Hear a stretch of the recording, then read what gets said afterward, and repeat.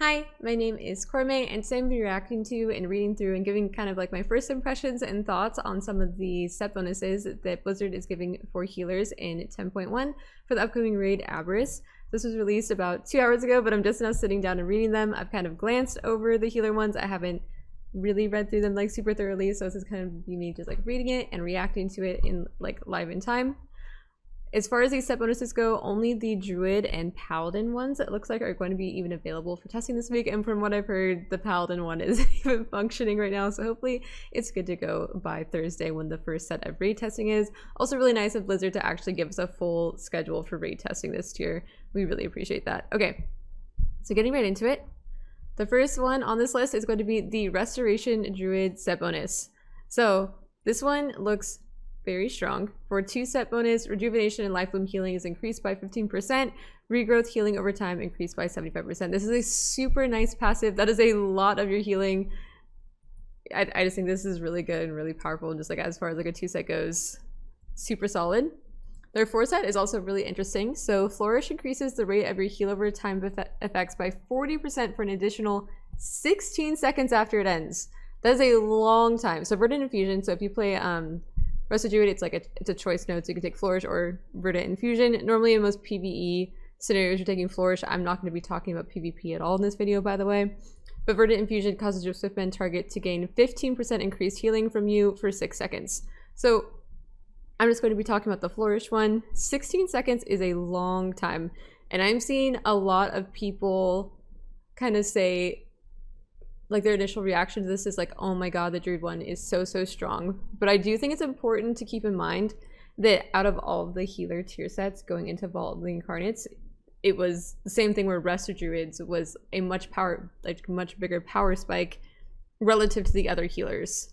Like whenever they got their tier, they got the biggest power spike from it. However, even though that was true, Rest of Druid wasn't by and large used in like the race world first. Like some guilds used it for like Dathia, and I think like a guild like BDGG played one quite a bit, but like the other 3 and like the top 4 were not really using Rest of Druid like at all. It was mostly like Disc Priest, Preservation Evoker, Holy Paladin, Holy Priest, and of course almost nobody was using Mistweaver or Resto Shaman as well. So Mistweaver, Resto Shaman, Resto Druid, all down at the bottom as far as representation goes. So they had the strongest 4 piece before, and it didn't mean that they were in the meta, so them having the strongest set pieces now doesn't necessarily mean they're going to be in the meta. It's going to be OP, but of course how strong it is in comparison to the last one is all relative, so we won't know until we get into raid testing. There's also plenty of time for them to change their mind on this. Also nice of them to note that the duration of the 4-piece Flourish bonus is halved if Flourish is cast by Convoke the Spirits. So if you take the improved Convoke, then you have a higher likelihood of it putting like higher power spells in there, and Flourish is one of them. So when you take that talent, you get Flourish inside your Convoke pretty often, so that makes this 4 set even better. So yeah, I think this 2 set and 4 set is pretty solid. It puts like a lot of money on like you having like a good Flourish, and this is just some nice passive healing that you get. Okay, on to the next one. Preservation Evoker. So this one is also interesting to me. So Spirit Bloom applies a heal over time effect for 40% of its healing done over 8 seconds. So this one is really cool. I'm really interested to see if that hot also applies if you have like echoes on people and then use Spirit Bloom. Does the hot also apply to everyone? It should, but I don't actually know that it will. And then they're just giving us Renewing Breath, like another point in Renewing Breath. Like I'm on my Evoker right now, so Renewing Breath, Dream Breath healing is increased by 15%, and you can put 2 points in there. And then you just get a 3rd point in your Renewing Breath in your 2 set, which I think is funny. And then 4 set, after casting 3 Empower spells, gain Essence Burst immediately, and another 3 seconds later. I think this one is okay. I think this is another case of where like last year, like we saw our 2 set being stronger than our 4 set for throughput, and I think that is again like this is gonna be nice for obviously getting out extra echoes, saving mana. Maybe you want to disintegrate because you're playing Energy Loop and you're getting more mana.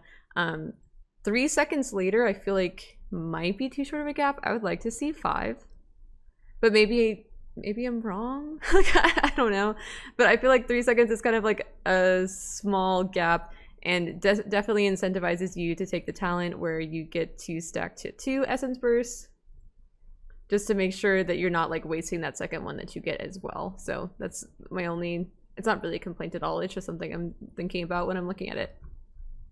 But yeah, overall, I think both of these are really solid. I think this 2-set for being a 2-set is really, really strong. But I think we saw the same thing with Preservation's tier previously. Important to note that we're losing our Reversion 2-set, which is by and large enabling our Reversion playstyle and all of the temporal anomaly nerfs. I'm really interested to see the direction this class will go. So on that same theme, a lot of the other healers are experiencing things like that. Okay, so on to the next is Mistweaver. I think this one reads pretty well. So Renewing Mist has a chance to grant Soulfang Infusion.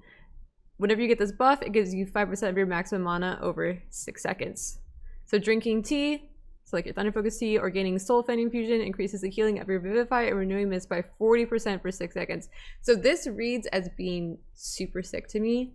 However, it all comes down to the proc chance. Like you can get out so many Renewing Mists. You have like a bunch of talents, like you're like setting them by kicking. You have talents that are spreading your Renewing Mist, and like when you kick, you put out a new one, and like all this kind of stuff. But it's all going to come down to like, okay, so what is the proc rate on this Soulfang Infusion when you've got so many Renewing Mists out?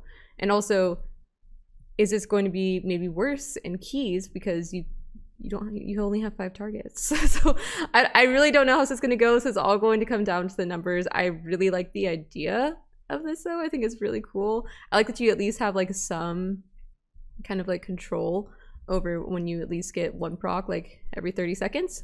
But yeah, as far as like the proc rate of it, that's going to basically determine how good this set bonus is, and there's not that much to say about it yet. Okay, on to the Holy Paladin one. So Holy Shocks, critical strikes heal for 15% more. So that's not 15% crit chance, that's 15% critical strike healing, and reduce the cooldown of Light's Hammer by 2 seconds and Holy Prism by 1 second. And then the 4-set, they interact with each other, which is kind of cool. Light's Hammer heals for 100% more frequently, so not 100% more, it's just more frequently, and generates 1 holy power every 4 seconds. So it's a nice way to get extra holy power. And then Holy Prism's healing is increased by 80% and generates 1 holy power. So I'm mostly just gonna talk about Light's Hammer because most people don't really play Holy Prism inside of a PvE environment. So this is really nice for getting lots of like Light's Hammers down. Like you get more healing from it, you get it more often, although it's by and large like not a lot of your healing. Let me see if I can just, I was looking at a log earlier, let me look at my Holy Paladin's healing, see how much is Arcane Light. Okay, so it's like 5% of your healing, so if it's taking twice as much than that, that's pretty good. It's a shame it doesn't also buff the damage. I wish it would also buff the damage. That would be pretty nice for Mythic Plus. And then also giving you extra holy power. So I think just like the only thing I've had pointed out to me before is it's nice to get the extra holy power. Since they're getting also like holy power from like things like Divine Toll and stuff like that, they want to make sure they're not overlapping much. And since it's getting CDRing, it might eventually start overlapping and stuff like that. But that's a good problem to have, is having like too much holy power to deal with. And I'm really interested to see how this does.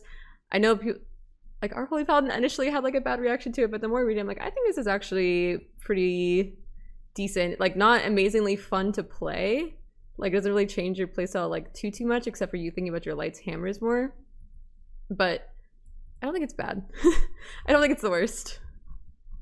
All right, Discipline. This one is super interesting to me. So not the 2-set, but the 4-set. Okay, so casting Penance on an enemy also heals a nearby injured ally at 20% effectiveness. Casting Penance on an ally also damages a nearby enemy at 35% effectiveness. I remember on beta, Dispriests were playing like Contrition and stuff like that to do more healing, and then that's not really like what we're doing anymore. So I'm wondering, I don't think this is strong enough to change the playstyle, and I'm certainly no Discipline aficionado to even say anything like that, but definitely kind of neat, I guess. And then I think the one that's cool here is every 3 casts of Penance grants you Shadow Covenant for 5 seconds and converts that penance to a shadow spell. So Shadow Covenant is usually a talent that you take, so giving you something with like a talent, this reminds me of like the 4-set for Druid, where you would Swiftmend. Every 3 Swiftmends you would turn into the tree, like Incarnation Tree of Life, and that was brought into a talent in Dragonflight. And so seeing them do something similar to what they did with Resto Druid, but now with the Dispriest one in Shadow Covenant, I think is interesting. So, and it means you just get a free buffed penance every 3 penances, and then you get some buffed like Mind Blast and stuff in there for extra damage. So I think that one is going to be pretty cool. The Holy one is just a straight like throughput increase. Verb Mending has a 20% chance to duplicate to another nearby target when it jumps, and the 4-step bonus, when Prayer of Mending jumps, it increases the damage and healing of your next holy word by 4%, stacking up to 15 times. So you can get up to 8% more healing from your holy words, and also you're just getting like free healing out of your Prayer of Mending. It's just like the most like mindless, just like, okay, not completely mindless, but mostly mindless, like HPS increase. The only like mindless thing, like not mindless thing, is maybe looking at your thing, like how many stacks you have, and choosing not to press like Chastise or your Holy Word Serenity because you want to wait and buff like your Holy Word Sanctify and stuff like that. So I guess there is some kind of like playstyle finesse available for Holy. And then our last healer, I'm pretty sure, I'm not forgetting one, right, to talk about, is Restoration Shaman. So I don't like these. Okay, I like the idea. I just don't think that the tuning is there to make this good. But before that, so the 2-step bonus is when you cast Healing Rain, all allies with your Riptide on them are healed by Tide Waters for 140% of your spell power. So this is incentivizing having a lot of Riptides out. And then they double dog down on that with each ally healed by Tide Waters increases your haste by 1% for 6 seconds and increases the healing of your next Riptide by 10%. So the biggest, like the first red flag when you read this is it says haste. Like they did the same thing at the beginning of Dragonflight, I think it was. It might have been Sepulture. One of them where they were trying to give haste, and Rest of Shaman was just like, no, we hate haste. Don't give us haste. Please don't give us haste. If it's anything but haste. I'm pretty sure it's this last one they changed it to crit. So it's interesting to see them going down that same route again. Like you like haste inside of keys for like single target damage, but things like Acid Rain don't even scale with haste. So I don't know why they're choosing haste. And the idea, the concept behind what they're doing, I think is really cool. But the problem is that Riptide just isn't that sick right now. It used to be super sick. It's just not there. And the playstyle was definitely not leaning towards playing like the Riptide talents, because there are a lot of cool, like there are a lot of Riptide talents now, and a lot of like decent ones. Like the more you have out, the more healing you do. You play Primwave again, and you know, Torrent and all the stuff we used to have, but people take them and they just don't do any healing with them. So it is interesting to see them lean a class so hard into a playstyle based on their 4-piece. Like I don't think we're really seeing, like the other ones, sure they kind of lean into a playstyle, but they lean into a playstyle you were already playing, so it doesn't feel bad.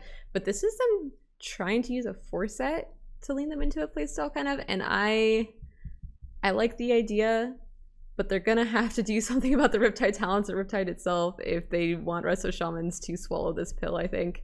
At least that's my view on it. Anyways, those are all the healers. I'm interested to see your guys' opinions. Remember, I'm not an expert on all of these healers. I played all these healers a bit, some a lot more than others, but I just wanted to give my first impressions and go over them with you. Thank you so much.